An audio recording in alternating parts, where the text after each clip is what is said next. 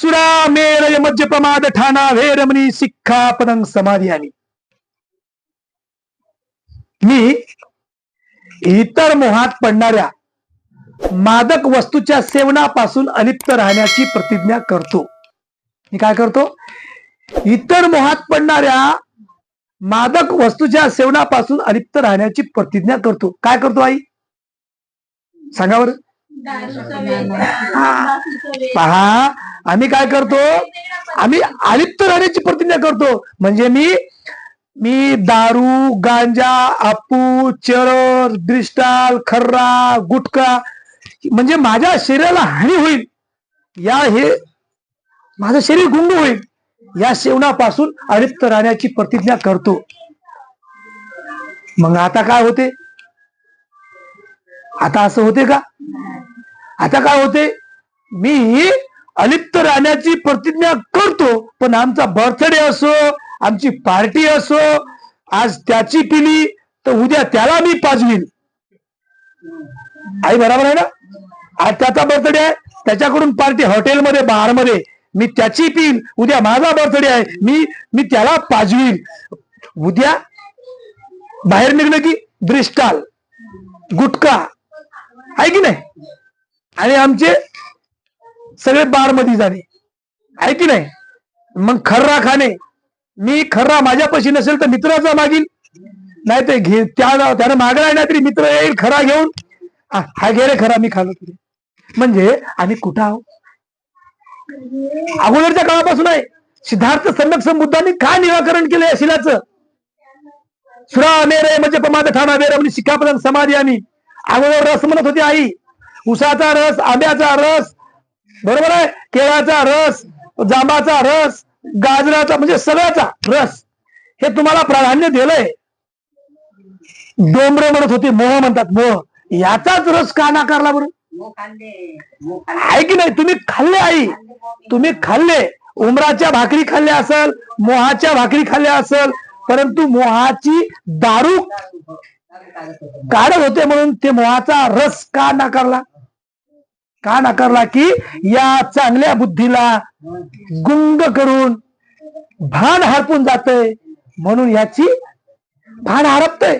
तो काय करतो? कधी कधी जास्त झाल्यावर कळत नाही, म्हणून या शिलाची निर्मिती झाली. मग हे चांगलं आहे का?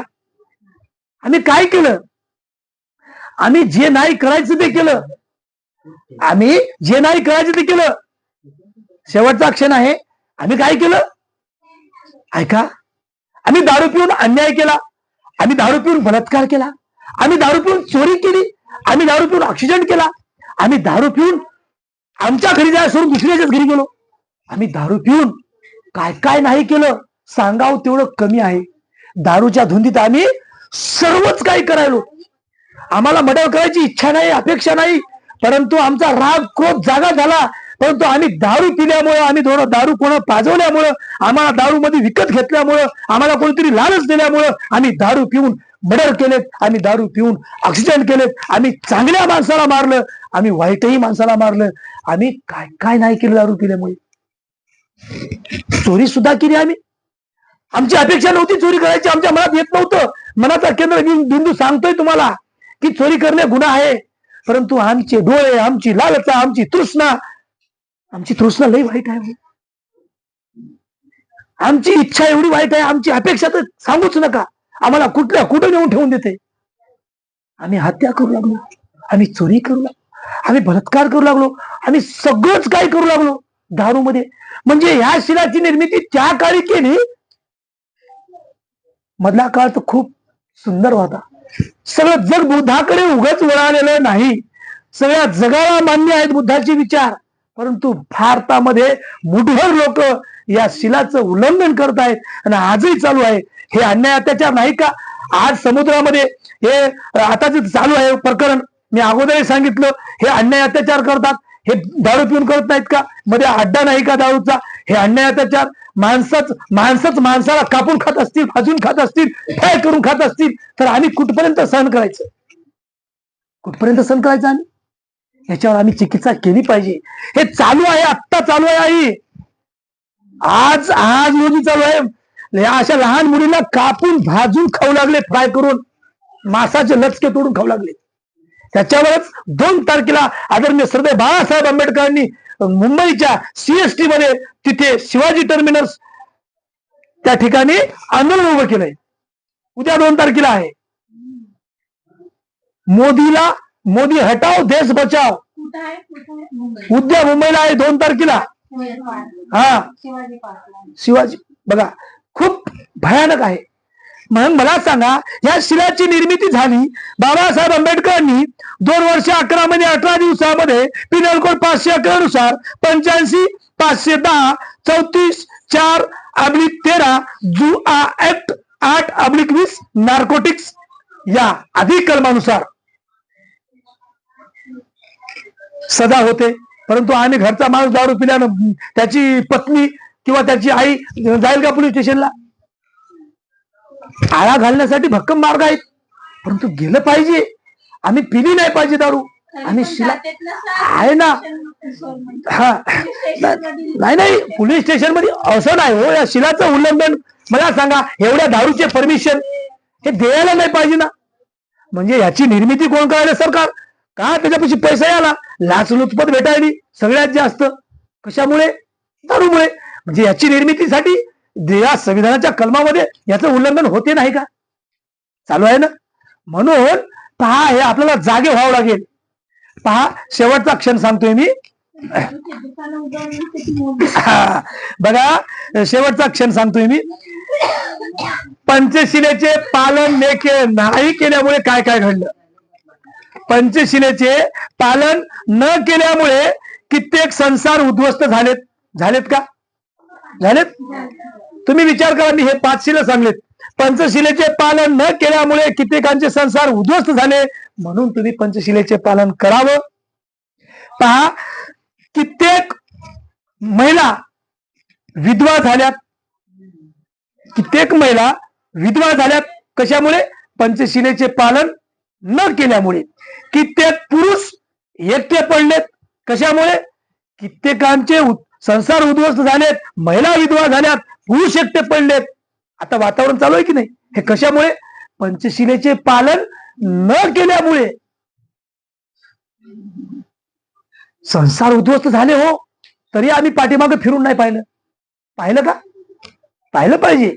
म्हणून पहा, या ठिकाणी कित्येकांच्या प्रॉपर्ट्या खतम झाल्यात. कित्येक मुलं वाईट वळणाला लागलीत पंचशिलेचे पालन न केल्यामुळे. खूप वाईट परिस्थिती आहे. आज पहा, परिस्थिती सांगली तर डोळ्यात पाणी येते. खूप वाईट परिस्थिती आहे. पंचशिलेचं उल्लंघन झालं म्हणजे याच्यामध्ये अटकावंच लागणार आहे तुम्हाला, सुटका नाही. परंतु तुम्ही कायद्याच्या चौकटीपर्यंत गेलात तर अटकेल. इकडल्या इकडे चालू राहील तर काय अटकेल? तुमचं मन सुद्धा तुम्हाला ग्वाही देत नाही. त्याच्यासाठी आम्ही पंचशिलेचं पालन केलं पाहिजे, निष्ठेने केलं पाहिजे. शेवटचा क्षण सांगतो आणि थांबवतो, कारण केक कापायचा आहे, वाढदिवस पण आहे की नाही. पहा, संविधानाची निर्मिती कशी झाली आणि कोण्या पद्धतीने झाली. शेवटचा क्षण आहे. राज्य चाललं, महापुरुष झाले, परंतु एक विषय सांगतो, प्रत्येक विभागामध्ये तशीच चिकित्सा डॉक्टर बाबासाहेब आंबेडकरांनी केली. मग पाण्याचं क्षेत्र असेल, शेतीचं क्षेत्र असेल, कृषीचं क्षेत्र असेल, प्रत्येक या भारतात जे काही असं लागणाऱ्या सगळ्या गोष्टीच्या चिकित्सा करून डॉक्टर बाबासाहेब आंबेडकरांनी स्टेप बाय स्टेप कसं कायद्यामध्ये जमा केलं आणि कसं बांधून ठेवलं. तरी पण सगळे लाचखोर निघलेत. कसे निघलेत पहा. गाव कुणाच्या हातात आहे तर सरपंचाच्या हातात आहे का नाही? गाव कुणाच्या हातात आहे तर सरपंचाच्या हातात आहे. सरपंच कुणाच्या हातात आहे तर ग्रामसेवकाच्या हातात आहे. गाव, सरपंच आणि ग्रामसेवक आहे की नाही? गाव, सरपंच, ग्रामसेवक कुणाच्या हातात तर तलाठ्याच्या हातात. बरोबर आहे की नाही? तलाठी कुणाच्या हातात तर तहसीलदारच्या हातात. एकमेकांसाठी एकमेकांच्या वर पदव्या दिल्यात ना. तलाठी नंतर तहसीलदार. तहसीलदार कुणाच्या हातात तर कलेक्टरच्या हातात आहे की नाही? बाजू ए, बाजू बी. आता बाजू बी अशी आहे तर बुद्धविहार, मंदिर, मस्जिद, सर्व बुद्धविहार, मंदिर, मस्जिद, इतर शेतातले, दऱ्यातले नाल्याचे, नदीचे, जंगलातले सगळे देव कुणाच्या हातात? तर धर्मदाय आयुक्ताच्या हातात. डॉक्टर बाबासाहेब आंबेडकरांनी कुठे सुटलेलं नाही काहीच. कुणाच्या हातात? सगळेच धर्मदाय आयुक्ताच्या हातात. धर्मदाय आयुक्त कोणाच्या हातात? तर कलेक्टरच्या हातात. बाजू ए, बाजू बी. समजून घ्या, समजून घ्या.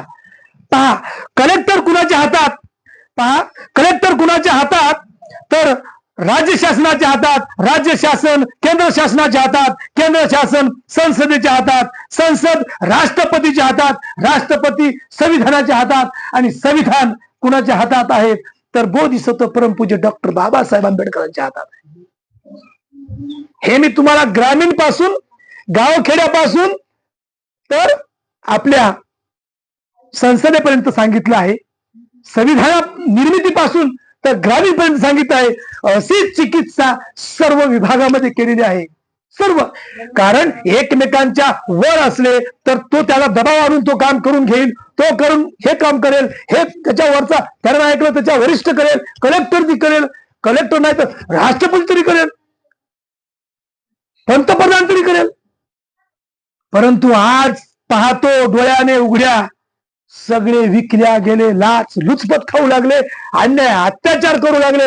हे सगळं बदलवण्यासाठी, हे सगळं बदलवण्यासाठी एकच आता सध्या तरी ज्यांना आपण बाबासाहेब आंबेडकरांचे नातू सदैव बाळासाहेब आंबेडकर यांनी पुढाकार घेऊन लढाई चालू आहे. त्यांना अपेक्षा नाही, ते कधीचे मंत्री झाले असते, सगळे झाले, पद भोगले असते, परंतु आहेत का ते? नाही. ते सर्वसाधारण अख्ख्या बहुजनाची लढाई ती लढत आहेत, सदैव बाळासाहेब आंबेडकर. तरी आपला जर वेळ भेटला असेल वेळ तर तुम्ही सहभागी व्हा मोर्चामध्ये.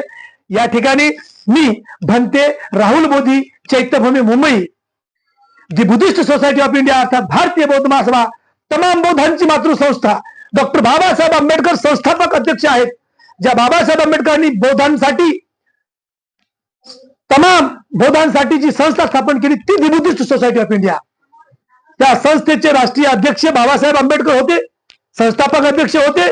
त्याच्यानंतर त्यांचे सुपुत्र पंडित कश्यप भैयासाहेब आंबेडकर, त्याच्यानंतर मीराताई आंबेडकर तृतीय अध्यक्ष, आता राष्ट्रीय कार्याध्यक्ष आदरणीय भीमराव यशवंतराव आंबेडकर आहेत. या संस्थेचा मी भिक्खू या नात्याने या ठिकाणी प्रवचनही दिलं, परित्राणही केलं. आता वाढदिवस सुद्धा होत आहे. या ठिकाणी मी अधिकच न लांब जाता या ठिकाणी आपलं प्रवचन तुम्हाला समजलेलं असेल असं मी गृहीत धरतो. आणि तुम्ही एवढी तुमच्याकडून एक अपेक्षा करतो की मी सांगितलेला जो विचार तुम्हाला सत्य वाटला असेल तर इतरांपर्यंत पोहोचवायचा आहे. कारण आता भिक्खूची संख्या कमी आहे, भंतीची लोक नाहीत. तुम्ही सुद्धा आपली मुलं दान दिली पाहिजे. दान देण्यासाठी आपण उत्पत्ती वाढवली पाहिजे. मला सांगा, भिक्खू काय असे कुठून जमा होतील? इतर धर्माचे लोक बौद्ध धर्म स्वीकारतील का? इतर धर्माचे लोक भिक्खू बनतील का? मग आम्ही काय केलं? आम्ही कुठेतरी कमी पडलोय, आहे की नाही? अधिकचा वेळ झालाय म्हणून याच ठिकाणी मी थांबतो. सर्वांप्रती मंगल कामना व्यक्त करतो आणि बोला साधू साधू बोला.